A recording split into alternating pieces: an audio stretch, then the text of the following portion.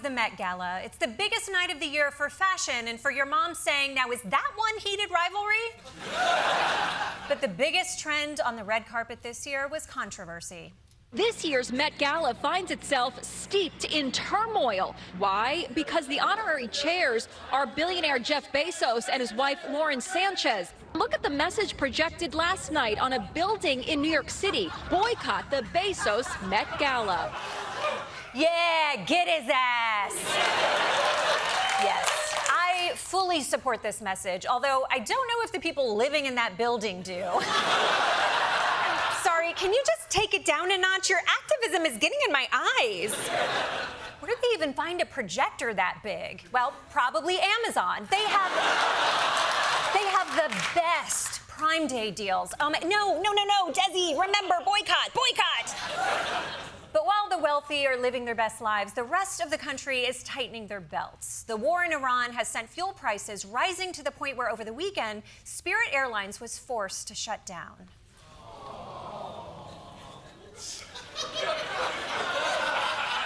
Spirit Airlines. At least it's no longer suffering.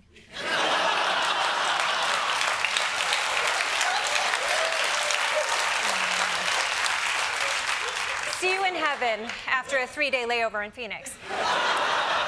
But now things are getting so bad that even the real airlines are struggling.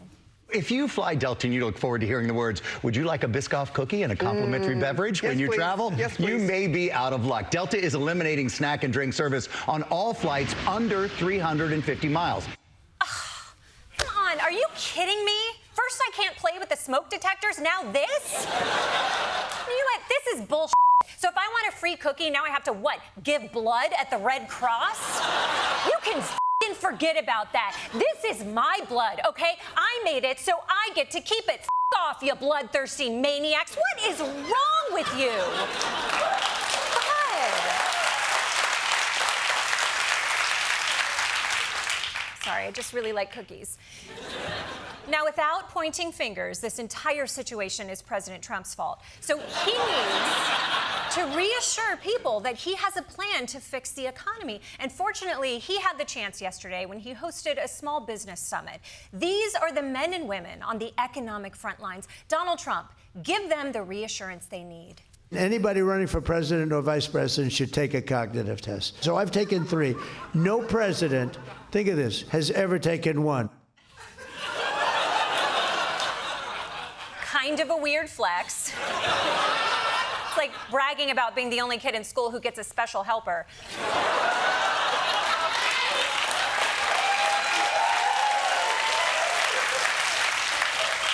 This is not a test to see how smart you are. It's to check if your brain is functioning, which Trump should understand based on the questions. The first question is very easy, and they always show the first question is, you have a lion, a bear, an alligator, and what's another good? A squirrel, okay? Which is the squirrel? I am so glad that we have a president who can differentiate between an alligator and a squirrel. Unlike President Coolidge, God rest his soul. But Trump struggling to remember all the animals isn't a surprise. In fact, maybe that should be the cognitive test. You have a lion, a bear, an alligator, and what's another good? A squirrel, okay? Which is the squirrel? You have a lion, a giraffe, a whale, and a shark. And they'll say, which one's the lion? It's a lion, a giraffe, a bear, and a shark. They say, which one is the bear? A tiger, an elephant, a giraffe, a tiger, a this, a that, a whale, a giraffe, a fish, and a hippopotamus, right? At this point, I'm not even sure there was even a test. I feel like there's a good chance the president was just watching Zootopia. You know what? Maybe small business owners aren't the best audience for Donald Trump's animal facts. Is there an audience that's closer to his intellectual level?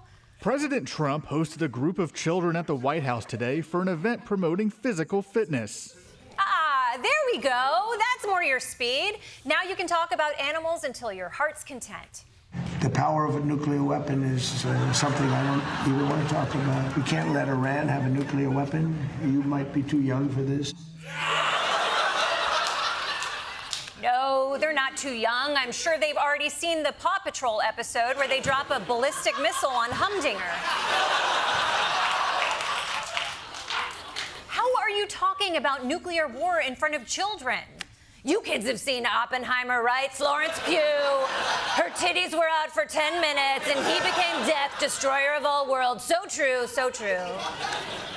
Honestly, if there was ever an event where it was important to stick to the topic at hand, it's the one where you're surrounded by small children. You understand that, right? It was a rigged election. Barack Hussein Obama, have you heard of him? Open borders, letting anybody come in from the Congo, from countries all over the world. They came in from prisons and mental institutions. He can put on weight, like up and down like a yo-yo, and he doesn't take the shot, okay? We just hit records on the Dow. I reached 50 in the first year, and then I reached 7,000. When you have transgender mutilization, don't listen to this, kids. And then all of a sudden, a woman dropped dead with a bullet right there. Hi, Mom. Can you pick me up from the White House?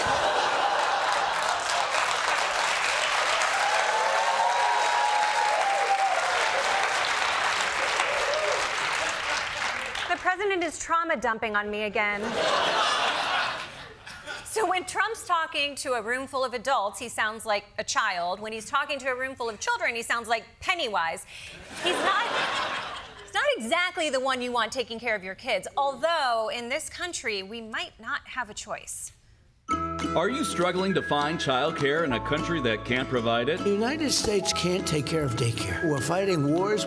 We can't take care of daycare. Then you'll love Donnie's Daycare, a daycare center personally run by President Donald Trump. Childcare is his thing. Have you ever done the whole kid thing, change the diaper and all that? I've never been into it. You know, it's never been my thing. It's not totally his thing, but he'll teach your kids important life skills like fairness. I thought I'd easily win the election, which, by the way, I did.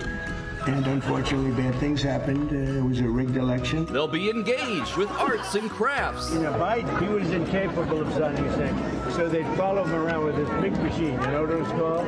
An autopad. Then it's nap time. Then a story circle. A woman dropped dead with a bullet right there. And look, a visit from Uncle Bobby. 77% of our children cannot qualify for military service. You said it, Unc.